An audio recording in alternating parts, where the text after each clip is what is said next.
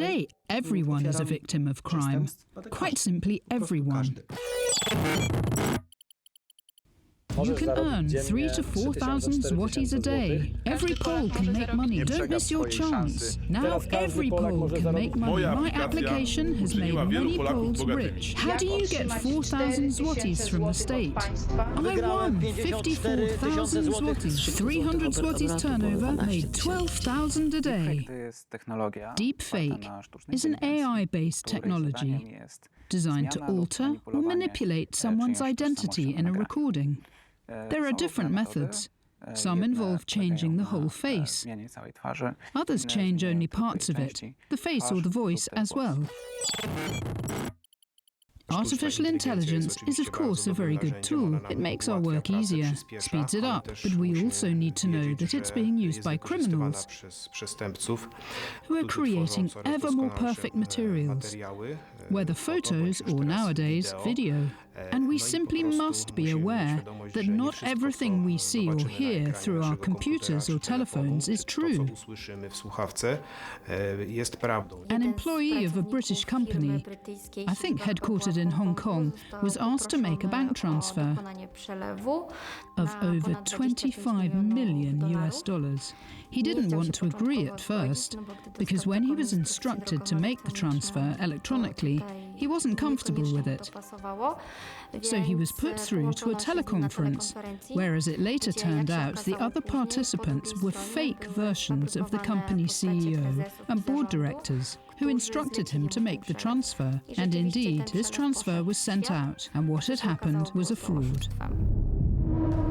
Today it's not difficult to prepare a video conference where, and I'm describing something that actually happened, 10 people meet, for example in some online meeting, and only you are real. So I am able to create 9 people who will be the faces of your team, or people who actually exist. They'll move and speak with the exact voices of these people, with their faces, but behind them there will be bad guys.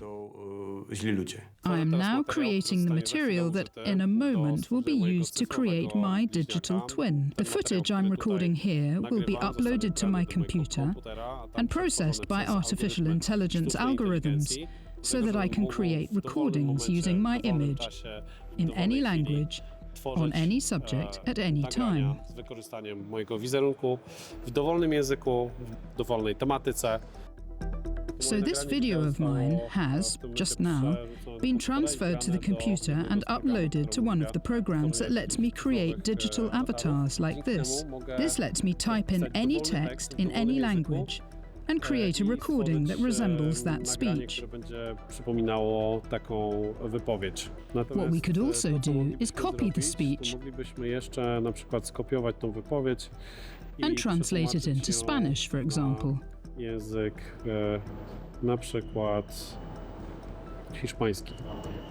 Okay, and we'll do the same again and translate it into Japanese. Okay, a warm welcome to all viewers on my social media. I'm happy to share my thoughts and passions with you in Spanish. Hola a todos los espectadores en mis redes sociales. Estoy feliz de compartir mis pensamientos y pasiones contigo. In Japanese. 私のソーシャルメディアをご覧の皆様こんにちは。私の考えや情熱を皆さんと共有できることを嬉しく思います。Today, these technologies are available to everyone, and it is a sort of benefit of this technology that anyone, whatever their level of knowledge and experience of these tools, can use them. On the other hand, it is also a huge threat, because such a low barrier will cause more and more people to do it. Strangely, I received an email with an invoice from an unknown company. Attachments like these can be dangerous, but why? This is how fraudsters can steal people's data or money. Because your friend is in a shop and is short of 50 zlotys. Are you sure it's actually your friend? Yes, she wrote to me in a chat. The request might be fraudulent. Fraudsters can take control of a chat account, pretend to be someone close to them, and steal their data and money. The vast majority of people have come across at least the simplest form of so-called phishing. The fake text message.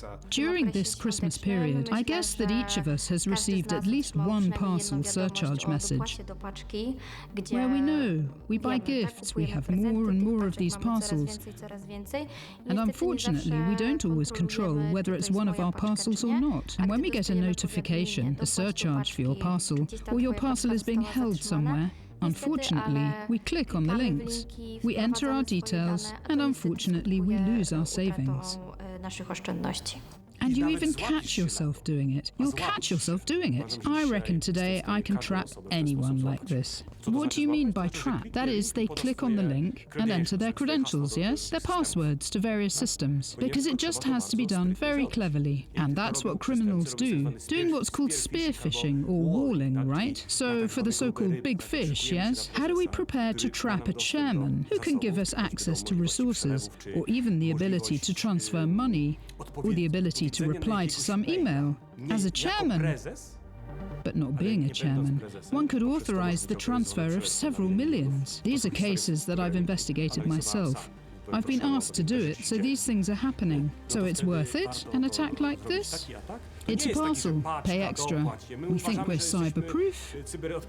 Because I know who here wants me to pay extra for the package. Who will want the courier to come? Such basic things. We don't talk about it, because these are straightforward attacks. There are dedicated attacks that I can craft, tailored to the exact context of a particular person, a particular company, in such a way that a number of people will catch on to this wake-up call. I get a call from my mum. Well, I see my mum's phone number, so I answer it on the assumption that it's my mum. Suddenly, I hear the noise of the street. I hear an indistinct request that I've been sent some link in a text message, that I should do something, that I should pay something, help her with something. Suddenly, it turns out that it's not my mum calling at all, nor my dad, nor anyone else. It's a scam, a spoofing attempt, falsifying a caller ID. If I know a certain person's phone number today, and I know the phone number of another person in their contacts list, I can call, using a regular phone gateway, as that person. I'm able to call as mum or as dad. I can text as mum or dad. Do something for me. What do we do in this situation? Well, we do that because we don't yet have an authentication mechanism at this level either. Suddenly, it turns out it wasn't mum at all. We are entering the era of generative artificial intelligence. Data leaks happen, where our phone numbers, our email addresses drift off into the ether, and quite simply, cybercriminals have access to this. Unfortunately, it also happens that we ourselves register with some online shops or services and leave our contact details. And unfortunately, to put it bluntly, we give this data away ourselves for free. As I mentioned, data leaks do happen, and wherever we leave information, whether it is our email address or phone number, this data can leak out. When it gets into the hands of cybercriminals, when the data reaches such an open environment, then indeed we may receive such text messages and emails. But very often, they are also coming via WhatsApp, which I think more and more of us are also using. Indeed, it is often us who are unconsciously leaving our data out there, and then unfortunately it is used in various ways. Very often we get asked which social groups are vulnerable online. From what we've seen, I would say that all of us are vulnerable. Of course, these attacks take a slightly different form for each of these social groups. You might think that young people who've grown up in this world of the internet, in the world of technology, are resilient and know how to react. But they also fall victim to various types of fraud. They also lose money on the internet and give out their data on inappropriate sites. It all really depends on the type of attack that's been prepared.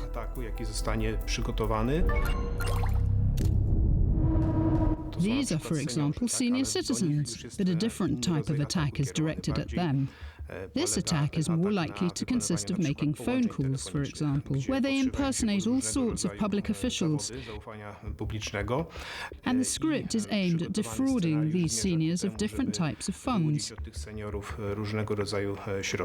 Old people may not be so connected to technology as we are, because we're all generally more familiar with the technology and can cope better with different types of risks.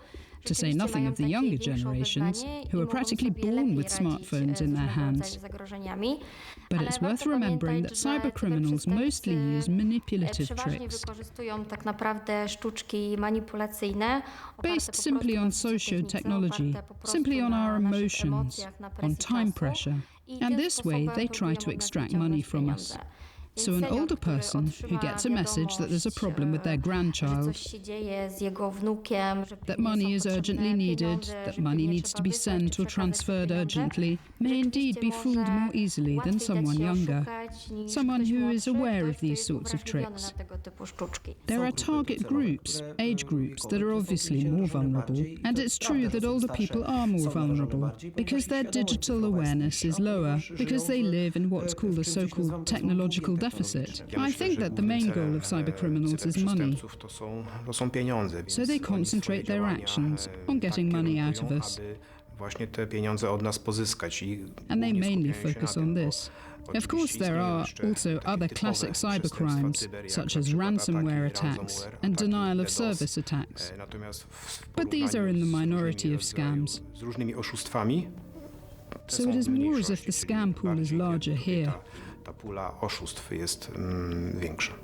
How easy is it to break into your cyber world? Because that's what it's all about. As easy as it is, everyone has their own sort of cyber world, meaning either they use their phone, where there's a way in, there is that thing that outsiders can enter. You use a computer, various services. You have a smart home, don't you? Different elements. You have some electronic nanny. You have webcams. All elements that are active on the network. What does that mean? Because I can access them remotely, the whole world can access them. Everyone now has a smartphone. There are practically 6 billion devices registered globally, which means you have to assume that the vast majority of the population has a smartphone. This means we can reach anyone with any information. The question now is, what is this information, who sent it, and why? The goals don't seem to have changed. Someone always wants something from someone else to one degree or another. Money, love, learning, doing right by someone, doing someone a wrong. This is one example of the kind of campaign that encourages people to install all sorts of apps that in theory are supposed to guarantee us big wins in a very easy way. Like casinos, a little like gambling. On the other hand, they are advertised to deliver absolutely certain, very easy profits.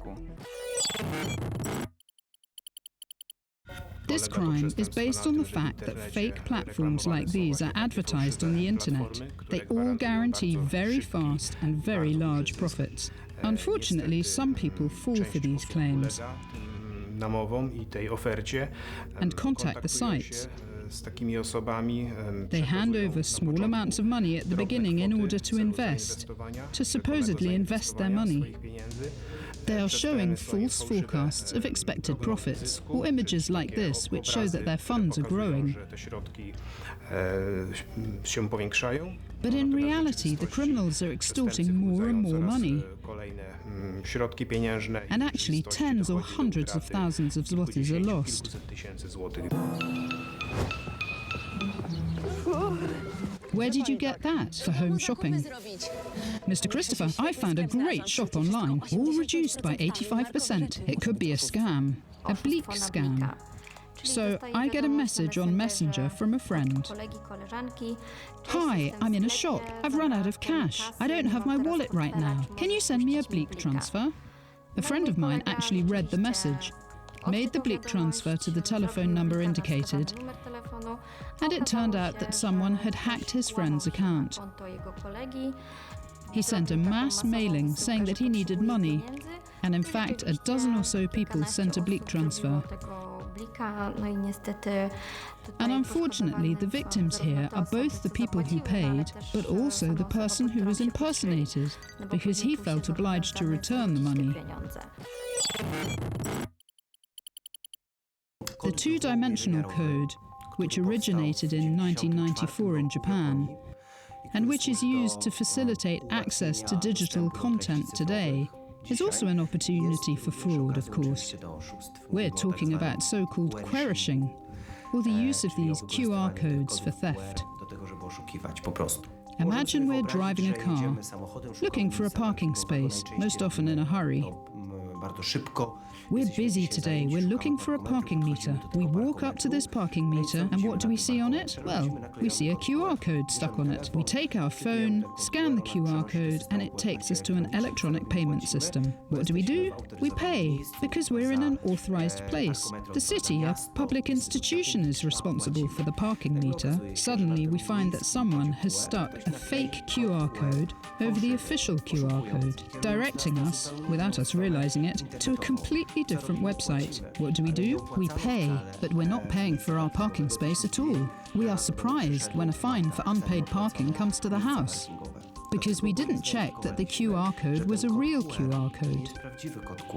We should take our hand, our finger, run it over the QR code sticker, touch the parking meter with our fingertips to see if, by chance, there is a ridge in the printed QR code. If there is a thicker spot, this means that someone has stuck a fake QR code on, and that is very difficult today. This is one of those crimes that uses technology in the analog space, where we have more confidence. Quite simply, because so far no one has conned us this way. We are used to the fact that if we get a malicious link in an email, we already know, like a mantra, that we shouldn't access it, and if we do, to check what is going on. This we are able to do, I feel. We go to restaurants, especially fast food restaurants, which tend to stick menus with payment systems on the table. Quite simple. The pandemic brought this in, right? To place contactless orders, sticking QR codes over the top. Exactly the same thing is happening. We come with a phone, scan, pay, and suddenly find out we've paid someone else entirely. Unfortunately, it's also increasingly common that these BLIK scams are created from voice samples. So, whereas I used to just get a message on Messenger saying, "Hi, send me money," now I can get a voice message with a voice almost identical to my friend's, asking me for a loan or telling me that something's happened. For example, a memory stick. We often say, "Can I just put my presentation on your memory stick?" How do you know it's a memory stick? It can look like a memory stick, and indeed you might have systems so secure that no external storage media can be automatically plugged in. That is, you plug in the memory stick, but it won't boot it. Well, because what happens if you turn on a memory stick? There could be a script that automatically runs and encrypts your whole computer. By the way, ransomware, a very popular form of attack. I run the program and it encrypts my entire drive. And then there is a ransom demand. You pay or don't pay, and there's a 50% chance you get your money back. First and foremost, you must remember that the vast majority of the people we arrest are part of organized crime groups. That's our aim, our idea, to break up these organized groups. There isn't just one person behind these different scams.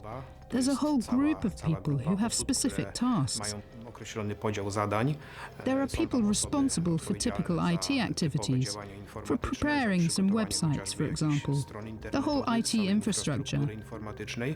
But there are also people whose job it is to find, for example, ATM robbers. Another element are the ATM robbers that make the ATM withdrawals from different locations. So here the range of these people and their tasks are very different. What do you mean you can't find the password? In the drawer and under the desk, the password is test123. With a web password, it's like a door lock. Weak ones create an opportunity for a break-in. When you use services like mail, e-banking, or online shopping, you use different passwords. Weak passwords can fall prey to cybercriminals. Therefore, use two-step verification.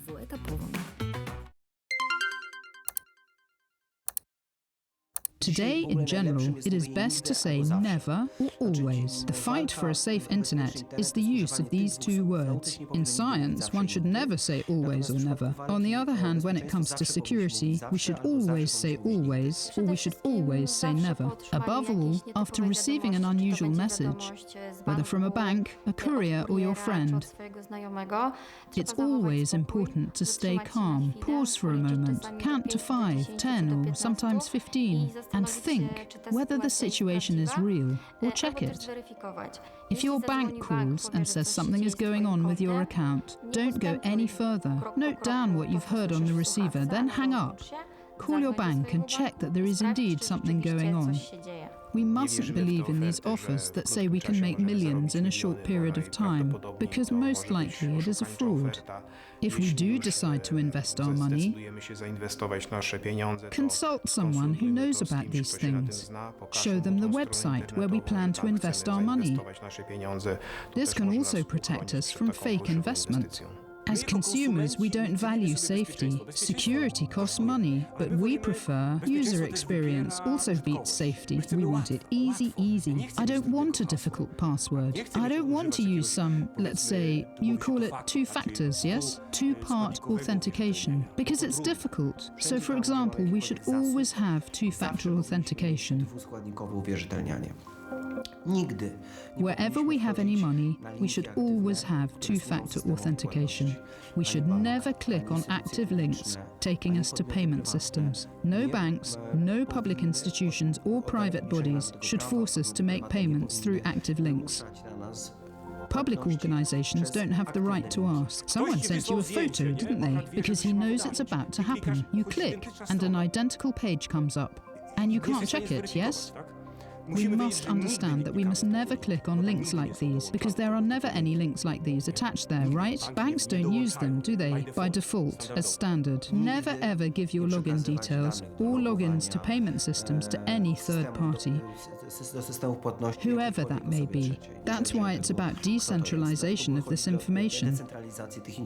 It's dangerous for us. Even to your wife, husband, child, we should never pass on this type of information. We are encouraged to set up a safe word with our loved ones, so that when something happens, if I get an unusual message, I ask for our agreed password. And if I don't hear it, well, then we can conclude that there is someone else on the other side after all. Yes, and if we're going into a payment system, that we make payments in affiliated systems. I won't mention the names of these so-called trusted entities now, but these are trusted entities that you all know. So we should always use payment systems that are verified. And I encourage you to do so. We are going through a major revolution. From a historical perspective, major revolutions last at least 50 years. It doesn't happen over a few years or a decade, but what we are going through now is already the third IT revolution. At least the third. And it's happening. The latest round has happened over the last 2 years. We've never seen anything like it.